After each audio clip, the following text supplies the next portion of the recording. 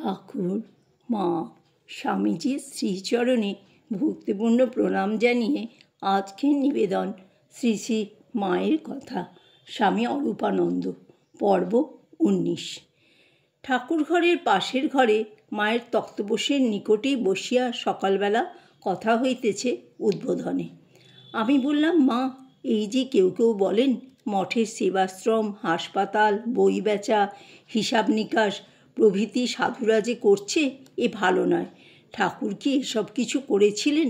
নতুন নতুন যারা ব্যাকুলতা নিয়ে মঠে ঢুকছে তাদের ঘাড়ে এইসব কর্ম চাপিয়ে দিচ্ছে। কর্ম করতে হয়তো পূজা, জপ, ধ্যান, কীর্তন এইসব করবে, অন্য সব কর্ম বাসনা জড়িয়ে ঈশ্বর থেকে বিমুখ করে। মা বললেন, তোমরা ওদের কথা শুনো না। কাজ করবে না তো দিনরাত কী নিয়ে থাকবে? 24 ঘন্টা কি ধ্যান জপ করা যায়? ঠাকুরের কথা বলছে তার আলাদা, আর তার মাছের ঝোল, ঘিয়ের বাটি, মথুর জোগাতই। এখানে একটি কাজ নিয়ে আছো বলে খাওয়াটি জুটছে, নইলে দুয়ারে দুয়ারে কোথায় এক মুঠোর জন্য ঘুরে ঘুরে বেড়াবে? শরীরে অসুখ হয়ে পড়বে। আর কেই বা এখন সাধুদের এত ভিক্ষা দিচ্ছে? তোমরা ওসব কথা কিছু শুনো না। ঠাকুর যেমন চালাচ্ছে তেমনি চলবে। মঠ এমনিভাবেই চলবে। এতে যারা পারবে না তারা চলে যাবে। মণি মল্লিক সাধু দেখে এসে ঠাকুরকে বললে। ঠাকুর বললেন, কি গো, কেমন সব সাধু দেখলে? সে বললে, হ্যাঁ দেখলুম তো। তবে? ঠাকুর বললেন, তবে কি? মণি মল্লিক বললে, সবাই পয়সা চায়। ঠাকুর বললেন, কি আর পয়সা চায়? হয়তো একটা পয়সা, গাঁজা কি তামাক খাবে, এই পর্যন্ত। তোমার ঘিয়ের বাটি, দুধের বাটি, গদি এসব চাই, আর তার একটা পয়সা মাত্র। হয়তো একটু তামাক কি গাঁজা খাবে, এও চাই নে। সব ভোগ তোমরাই করবে, আর তারা 1 পয়সার তামাকও খাবে না। আমি বললাম, বাসনা থেকেই ভোগ। চৌতলা বাড়িতে বাস করলেও যার বাসনা নেই তার কিছুই না, আর গাছতলায় বাস করেও বাসনা থাকলে ওই থেকেই সব ভোগ এসে পড়ে। ঠাকুর বলতেন, মহামায়ার এমনই খেলা যে যার 3 কুলে কেউ নেই তাকে দিয়েও একটা বিড়াল পুষিয়ে সংসার করাবে। মা বললেন, তাই তো, বাসনা থেকেই সব। বাসনা না থাকলে কিসের কি? এই যে আমি এসব নিয়ে আছি, কই আমার তো কোনো বাসনা হয় না, কিছুই না। আমি বললাম, তা তোমার আবার বাসনা কি? মা, আমাদের ভেতরে কত কি তুচ্ছ বাসনা উঠছে, এসব কি করে যাবে? মা বললেন, তোমাদের ওসব কোনো বাসনা নয়, ও কিছু নয়, মনের খেয়ালে অমনি উঠছে যাচ্ছে। ওসব যত বেরিয়ে যাবে তত ভালো।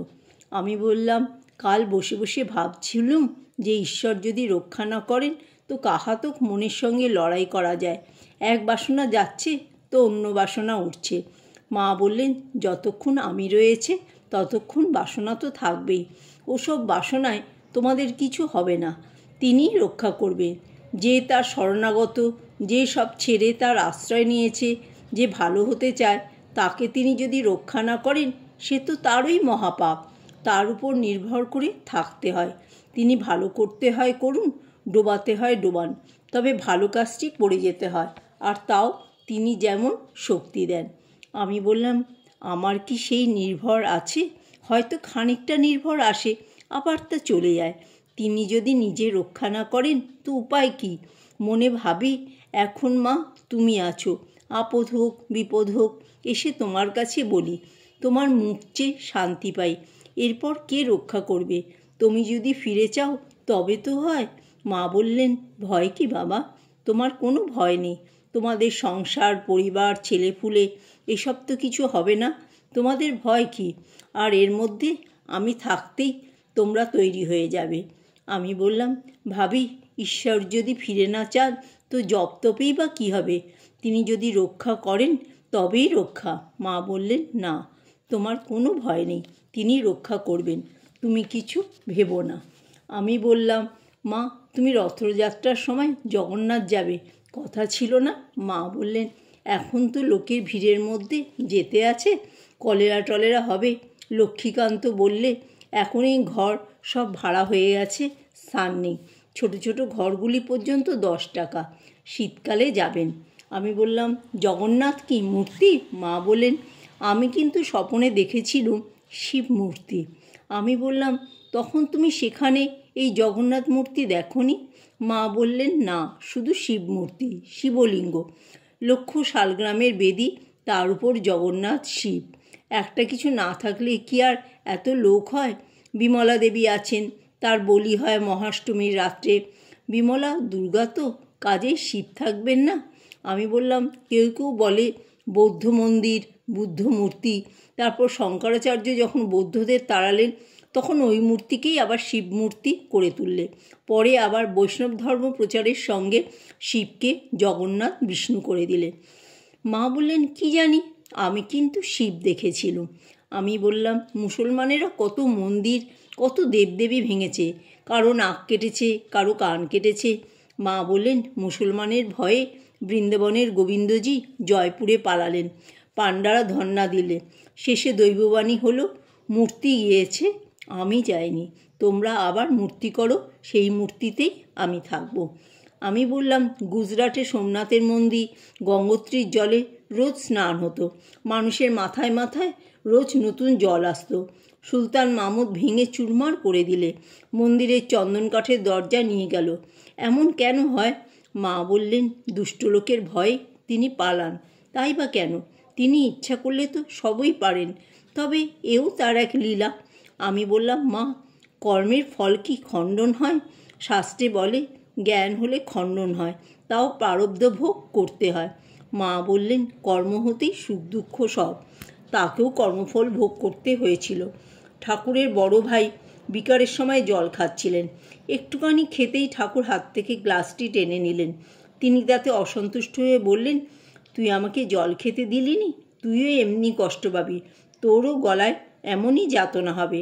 ঠাকুর বললেন, দাদা, আমি তো তোমার মন্দ করিনি, তোমার অসুখ জল খেলে অনিষ্ট হবে তাই দিইনি, তবে কেন তুমি আমায় এমন শাপ দিলে? তিনি কেঁদে বললেন, কি জানি ভাই, আমার মুখ থেকে ও কথা বেরিয়ে পড়ল, এ তো অন্যথা হবে না। ঠাকুরের অসুখের সময় আমাকে বললেন, এই তার শাপে গলার ঘা, তা তোমাদের আর কারু কিছু হবে না, যা ভোগ আমারই হলো। আমি বললুম, এমন হলে মানুষ কি করে থাকবে, যখন তোমরাই এরূপ হলো? তিনি বললেন, তার সে সিদ্ধ বাক্য ছিল, ভালো লোক, এমনই যে এসে বললে কি হয়, কর্মফল ভুগতে হবে, তবে ঈশ্বরের নাম করলে যেখানে ফাল সেধু তো সেখানে ছুঁচ ফুটবে। জপ তপ করলে কর্ম অনেকটা খণ্ডন হয়। যেমন সুরদ রাজা লক্ষ বলি দিয়ে দেবীর আরাধনা করেছিল বলে লক্ষ পাঠায় মিলে তাকে এক কোপে কাটলে, তার আর পৃথক লক্ষবার জন্ম নিতে হলো না। দেবীর আরাধনা করেছিল কি না, ভগবানের নামে কমে যায়। আমি বললাম, তাহলে কর্মের প্রাধান্যইতে তো জগৎ চলছে, তবে আর ভগবান মানা কেন? বৌদ্ধরাও তো কর্ম মানে, ঈশ্বর মানে না। মা বললেন, তবে কি কালী, কৃষ্ণ, দুর্গা এসব কেউ নেই বলতে চাও? আমি বললাম, জপ তপের দ্বারা খণ্ডন হয়? মা বললেন, তা হবে না, ভালো কাজটি করা ভালো, ভালোটি করলে ভালো থাকে, মন্দটি করলে কষ্ট পেতে হয়। আমি বললাম, আচ্ছা মা, তুমি জয়রামবাটিতে বলেছিলে সব এক সময়ে সৃষ্টি হয়েছে, যা হয়েছে সব এককালে হয়েছে, একটি একটি করে হয়নি। মা বললেন, তিনি কি আর একটি একটি করে সৃষ্টি করেছেন? এই যেন তার একটা কল চলছে, এই যেমন ময়দার কল, কলওয়ালা দেখছে কলটি যাতে নষ্ট না হয়।